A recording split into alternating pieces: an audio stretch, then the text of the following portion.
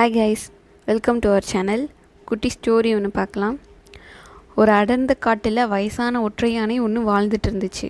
ஒற்றை யானைகள்னாலே கோவமாக இருக்குன்றதுனால மற்ற விலங்குகள் அது பக்கத்துலேயே போகிறதுக்கு பயப்படும். ஒரு நாள் அந்த ஒற்றை யானை நடந்து நடந்து சோர்ந்து போனதுனால ஒரு இடத்துல அப்படியே படுத்துருச்சு. ஒரு நாள் 2 நாள் இல்லை, ஒரு வாரம் அதே இடத்துலையே படுத்து கிடந்திருக்கு அந்த யானை. ஒரு நாள் காட்டுக்குள்ளே பயங்கரமான மழை பெஞ்சுது. மற்ற விலங்குகள் எல்லாம் மரத்துக்கடியில் ஒதுங்கி நின்றுடுச்சுனுங்க. ஆனால் இந்த யானையால் எந்திரிக்கவே முடியல. காற்று மலையில் அப்படியே படுத்துட்டு கிடந்திருக்கு. அதனால் அதுக்கு குளிர்ச்சி காய்ச்சல் வந்துருச்சு. 2 நாளில் மழை நின்றுடுச்சு. ஆனால் ஒற்றை யானைக்கு காய்ச்சல் விடவே இல்லை.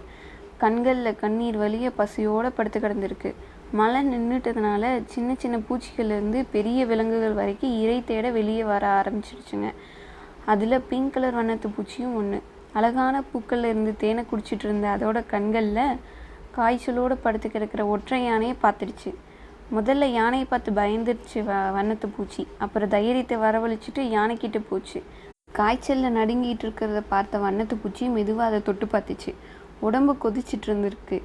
பல நாட்கள் சாப்பிட்றதுனால யானை வயிறு ஒட்டி போய் கிடந்திருக்கு. யானையோட சூழ்நிலையை புரிஞ்சுக்கிட்ட வண்ணத்து பூச்சி குரங்குகள் கிட்ட போய், குரங்கண்ணன், ஒரு யானைக்கு பசியோடும் காய்ச்சலோடும் படுத்துக்கிட்டு இருக்கு, நீங்கள் கொஞ்சம் பழங்கள் தர முடியுமா அப்படின்னு கேட்டிருக்கு. சரின்னு சொன்ன குரங்குகள் நிறைய வாழைப்பழம் இருக்கிற ஒரு கொலையை பறித்து வண்ணத்து பூச்சிக்கிட்ட கொடுத்துருக்குங்க. அந்த பழங்களை தன்னுடைய மெல்லிய கால்களாலே தூக்க முடியாமல் தூக்கிட்டு யானையோட பக்கத்தில் வச்சுது வண்ணத்து பூச்சி. உடம்பு சரியில்லாத யானையால் பழங்களை சாப்பிடவே முடியல.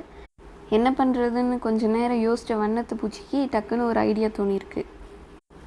உடனே அந்த காட்டில் இருக்கிற வயசான கரடியை போய் பார்த்துச்சு. கரடி தாத்தா, அங்கே ஒரு யானைக்கு காய்ச்சல், உடம்பு கொதிக்குது, பாவம், அதனால் சாப்பிடக்கூட முடியல, உங்களால் அதுக்கு மருந்து தட முடியுமான்னு கேட்டிருக்கு.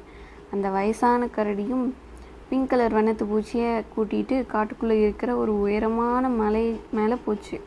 அங்கே இருந்த பல மூலிகை செடிகளை, காய்ச்சலுக்கு மூலிகை செடியை கண்டுபிடிச்சி அதை பறித்து வண்ணத்து பூச்சிக்கிட்ட கொடுத்துருக்கு. அந்த மூலிகை செடியை கொண்டு போய் யானைக்கு கொடுத்துருக்கு வண்ணத்து பூச்சி. மருந்து ரொம்ப கசப்பாக இருந்ததுனால யானை அதை சாப்பிட மாட்டேன்னு தலையை திருப்பிக்கிச்சு. என்ன செய்கிறதுன்னு தெரியாமல் அக்கம் பக்கம் பார்த்தது வண்ணத்து பூச்சி. அப்போ அந்த பக்கமாக புலி ஒன்று வந்துட்டு இருந்திருக்கு. உடனே வண்ணத்து பூச்சி, புளியம்மா, இந்த யானைக்கு உடம்பு சரியில்லை, மருந்து சாப்பிட மாட்டேங்குது, நீங்கள் கொஞ்சம் இதை பயங்காட்டி மருந்து சாப்பிட வைக்கிறீங்களான்னு கேட்டிருக்கு. சரின்னு தலையாட்டின புலி படுத்துக்கிட்டு இருந்த யானைக்கிட்ட உருன்னு உருமிச்சாமா. யானை பயந்து போய் ஆணு வாயை திறக்க வண்ணத்து பூச்சிக்கிட்ட அபக்குன்னு மூலிகையை செடியை அதை வாய்க்குள்ளே போட்டு வாழைப்பழத்தையும் திணிச்சிருச்சு. மருந்து சாப்பிட்ட கொஞ்ச நேரத்தில் யானை மெதுவாக கண்ணை தெரிஞ்சிருச்சு. பக்கத்தில் இருந்த வாழைப்பழங்கள் எல்லாத்தையும் சாப்பிட ஆரம்பிச்சிருச்சு. வண்ணத்து பூச்சி ஒற்றை யானைக்கிட்ட, யானையா, உங்களுக்கு காய்ச்சல் சரியாகிட்டாலும் இன்னும் குளிர் இருக்குது, அதனால் கொஞ்சம் ஓய்வு எடுத்துக்கோங்கன்னு சொல்லிச்சு.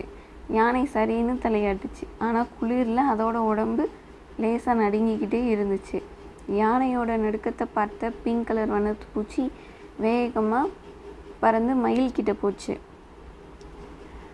அங்கே ஒரு யானை குளிரில் நடுங்கிக்கிட்டு இருக்குது, நீங்கள் எல்லாம் அங்கே உங்களோட தொகையால் யானையை போர்த்த முடியுமான்னு கேட்டிருக்கு. மயில்களும் அதுக்கு சம்மதம் சொல்லிட்டு வண்ணத்து பூச்சி கூடவே வந்துடுச்சுங்க. சொன்ன மாதிரியே யானையை தங்களோட இறகுகளாக போர்த்த யானைக்கு மெல்ல மெல்ல குளிர் குறைய ஆரம்பிச்சது. மெதுவாக எழுந்து நின்ற யானை தன் உயிரையும் காப்பாற்றின எல்லா விலங்குகளுக்கும், குறிப்பாக தனக்காக மற்ற விலங்குகளுக்கு உதவி கேட்ட வண்ணத்து பூச்சிக்கும் நன்றி சொல்லிட்டு மறுபடியும் நடக்க ஆரம்பிச்சிச்சு. அவ்வளோதான்.